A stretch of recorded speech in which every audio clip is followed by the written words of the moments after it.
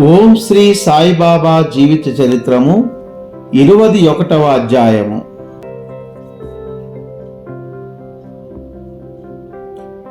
ఈ అధ్యాయములో Hemant Pant Vinayaka Harishchandra Thakur, BA Anantha Rao Patankar Poona, పండరీపురము pleader గూర్చిన కథలు చెప్పాను. ఈ కథలన్నీ ఆనందదాయకమైనవి. ఇవి సరిగా చదివి గ్రహించినచో ఆధ్యాత్మిక మార్గమునకు దారి చూపును. ప్రస్తావన: సామాన్యముగా మన గత జన్మ పుణ్య సమపార్జము వలనే అదృష్టముచే యోగీశ్వరముల సాంగత్యము పొంది దాని వలన మేలు పొందెదము. దానికి ఉదాహరణగా హేమంత్ పంత్ తన సంగతిని చెప్పుచున్నాడు. బొంబాయి దగ్గరగానున్న బాంద్రాకు ఇతడు చాలా కాలము మెజిస్ట్రేటుగా నుండెను.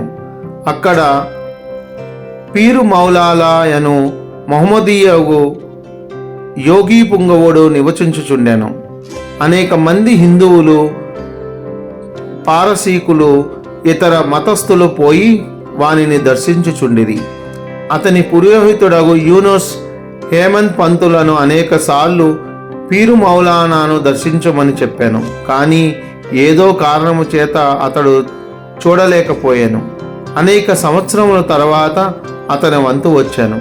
అతడు షిరిడీకి పోయి శాశ్వతముగా షిరిడీ సాయి సంస్థానములో చేరాను. దురదృష్టులకు ఇట్టి యోగుల సాంగత్యము లభించదు. కేవలము అదృష్టవంతులకే ఇట్టిది లభించును. యోగీశ్వరుల వ్యవస్థ అత్యంత ప్రాచీన కాలము నుండి ప్రపంచమున యోగీశ్వరుల వ్యవస్థయున్నది. అనేక మంది యోగులు అనేక చోట్ల అవతరించి వారి వారి విధింపబడిన పనులను నెరవేర్చెదరు. వారనేక చోట్ల పని చేసినను అందరూ భగవంతుని యాజ్ఞానుసారము నెరవేర్చెదరు. కాన ఒకరు చేయనది ఇంకొకరికి తెలియను, ఒకరు చేసిన దానిని ఇంకొకరు పూర్తి చేసెదరు. దీనిని బోధించుట ఒక ఉదాహరణ మీ దిగువ కలదు. విహెచ్ ఠాకూర్ గారు, బిఏ. వీరు రెవెన్యూ శాఖలో గుమస్తాగా నుండిరి.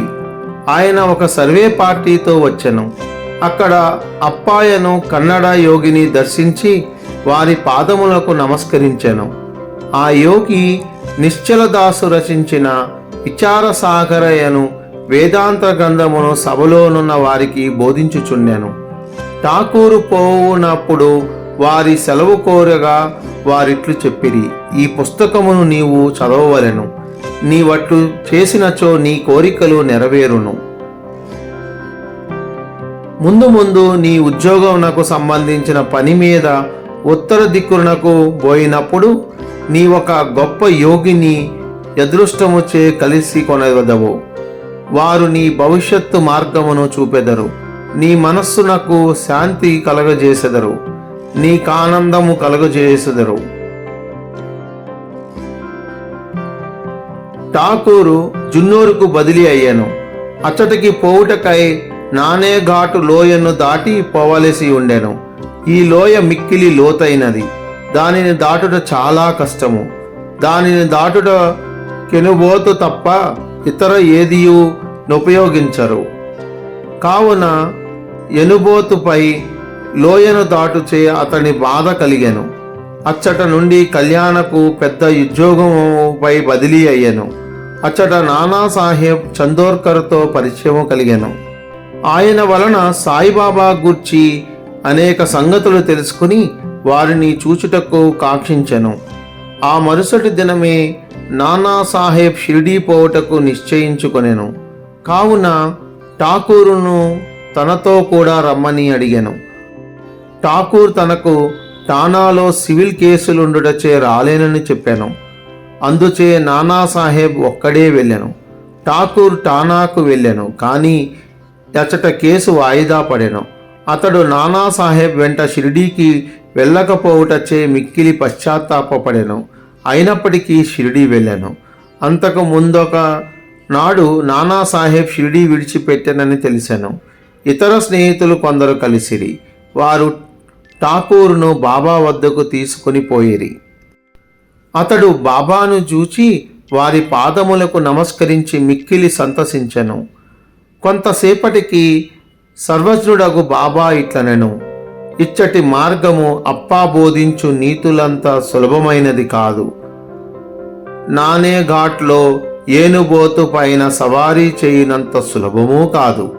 ఈ ఆధ్యాత్మిక మార్గము మిగులు కఠినమైనది, కావలసినంత కృషి చేయవలసి ఉండును.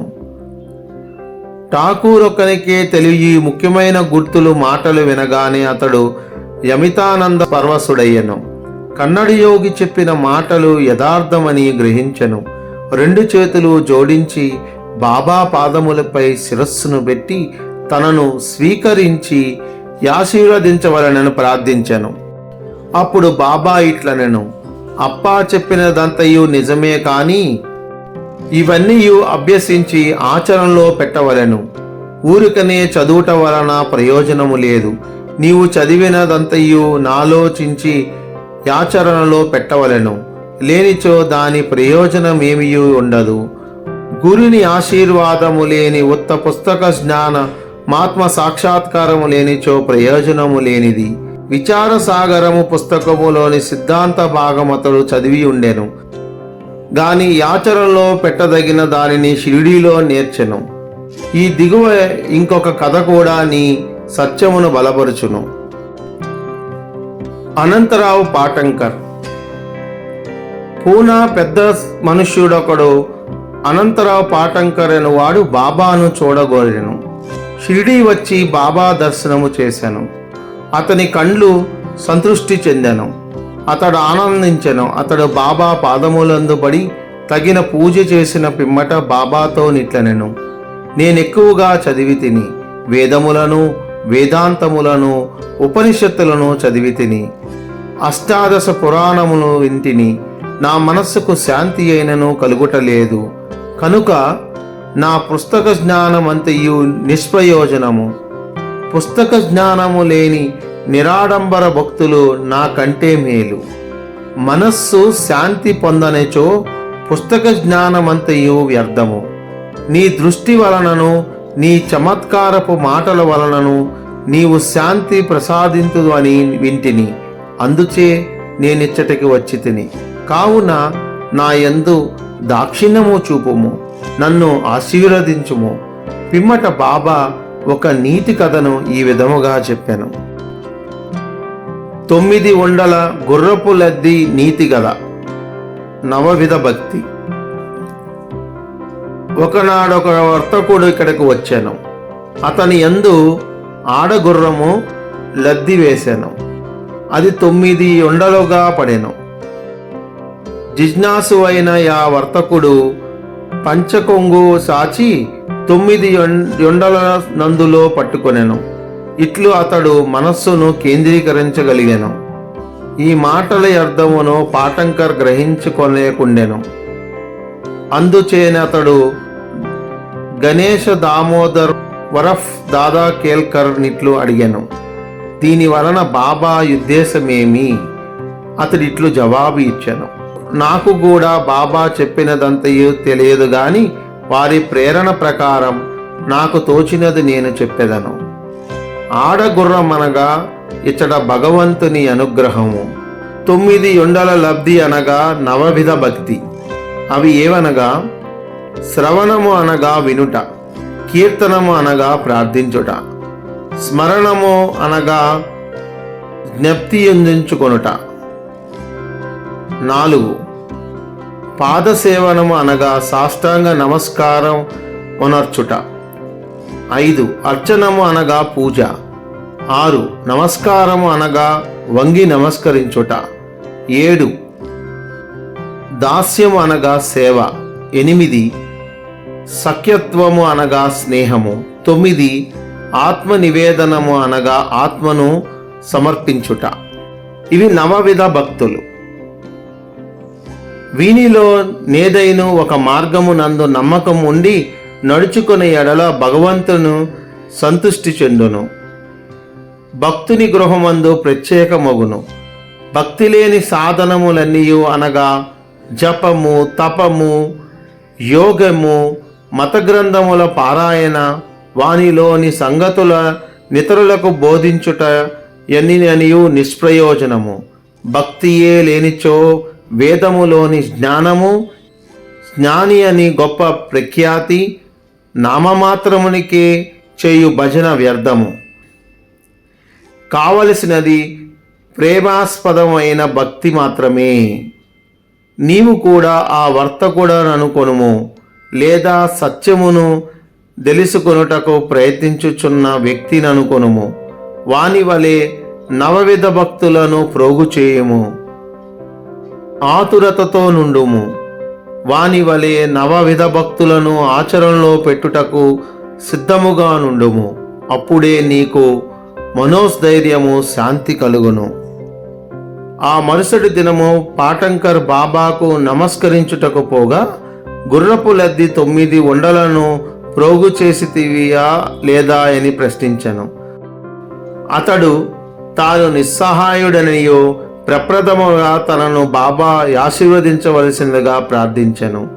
ఇట్లయినచో వానిని సులభముగా ప్రోగు చేయవచ్చుననెను.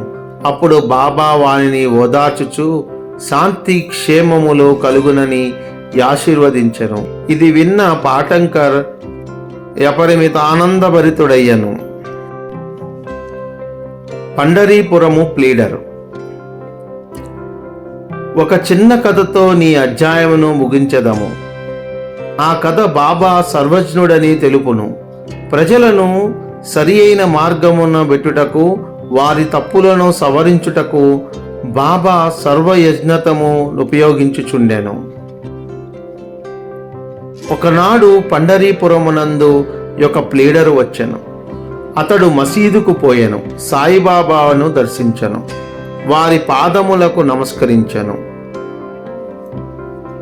అడుగకుండగానే దక్షిణ ఇచ్చెను. జరుగుచున్న సంభాషణలు వినుట ఒక మూల కూర్చుండెను. బాబా అతని వైపు ముఖము త్రిప్పి ఇట్లనెను, ప్రజలెంత టక్కరులు, వారి పాదములపై బడెదరు, దక్షిణ ఇచ్చెదరు, చాటున నిందించెదరు. ఇది చిత్రము గాదా? ఈ టోపీ మాట ప్లీడరుకు సరిపోయెను. అతడు దానిని ధరించెను. ఎవరికి కూడా ఈ విషయము బోధపడకుండెను. ప్లీడరు దీనిని గమనించెను గాని ఎవరికీ చెప్పలేదు. వాడాలోనికి వచ్చిన పిమ్మట ప్లీడరు కాకాసాహెబ్ దీక్షితుని నిట్లనియెను, బాబా చెప్పినదంతయు యథార్థమే. ఆ బాణము నాపై ప్రయోగించిరి. అది నా గూర్చియే. నేనెవరిని నిందించకూడదు, తృణీకరించరాదని బోధించుచున్నది. పండరీపురము సబ్ జడ్జియగు నూల్కర్ తన ఆరోగ్యాభివృద్ధి కొరకు షిరిడీకి వచ్చెను. అచట మకాము చేసెను. ప్లీడర్లు విశ్రాంతి గదిలో దీని గూర్చి వివాదము జరిగెను. Sub judge బాధపడుచుండెడి. రోగములే ఔషధమును సేవించక షిరిడీకి పోయిన మాత్రమున బాగు కాగలవా అని మాట్లాడుకొనిరి. సబ్ జడ్జిని వాక్య చేసిరి. సాయిబాబాను నిందించిరి. నేను కూడా అందు కొంత భాగమును వహించి తిని, నేను చేసినది సమంజసము కాదని ఇప్పుడు సాయిబాబా నిరూపించెను. ఇది నాకు దూషణ కాదు, నాకిది ఆశీర్వచనమే. ఇది నాకు ఒక ఉపదేశము. నేనిక మీదట ఎవరిని దూషించరాదు, ఎవరిని నిందించరాదు, ఇతరుల విషయంలో జోక్యము కలగజేసుకొనరాదు. షిరిడీ పుండరీపురమునకు 300 మైళ్ళు దూరమున ఉన్నది. బాబా సర్వజ్ఞుడగుటచే పండరీపురములోని ప్లీడర్ల విశ్రాంతి గదిలోనివే జరుగుని తెలుసుకొనిరి. ఈ నడుమనున్న స్థలము, నదులు, అడవులు, పర్వతములు వారి సర్వజ్ఞతను కట్టుబడలేదు. వారి సర్వమును చూడగలిగిరి. అందరి హృదయములో గల దానిని చదవగలిగిరి. వారికి తెలియని రహస్యమేదియూ లేదు. దగ్గరనున్నవి, దూరము ఉన్నవి, ప్రతి వస్తువు కూడా పగటి కాంతి వలె వారికి తేట తెల్లము. ఎవడైనా దూరముగా గాని దగ్గరగా గాని ఉండనిమ్ము. బాబా సర్వంతర్యామి అగుటచే వారి దృష్టి నుండి తప్పించుకొనుటకు వీలు లేదు. దీనిని బట్టి ప్లేడర్ ఒక నీతిని నేర్చుకొనెను. ఒకరిని గూర్చి చెడు చెప్పరాదు, మరియు అనవసరముగా వాక్యము చేయరాదు. బాబా అతని సద్గుణమును పోగొట్టి సన్మార్గమునందు పెట్టెను. ఇది ఒక ప్లీడర్ను గూర్చిన దైనప్పటికీ అందరికీ వర్తించును. కాబట్టి ఈ కథ బోధించు నీతిని జ్ఞప్తి అందించుకొని మేలు పొందడముగాక. సాయిబాబా మహిమ అగాధము, అట్లనే వీరి లీలలు కూడా అట్టివే, వారి జీవితము కూడా అట్టిదే. వారు పరబ్రహ్మము యొక్క అవతారమే. ఓం నమో శ్రీ సాయినాథాయ. శాంతి శాంతి శాంతి. 21వ అధ్యాయము సంపూర్ణము. పూర్ణము పూర్ణము పూర్ణము.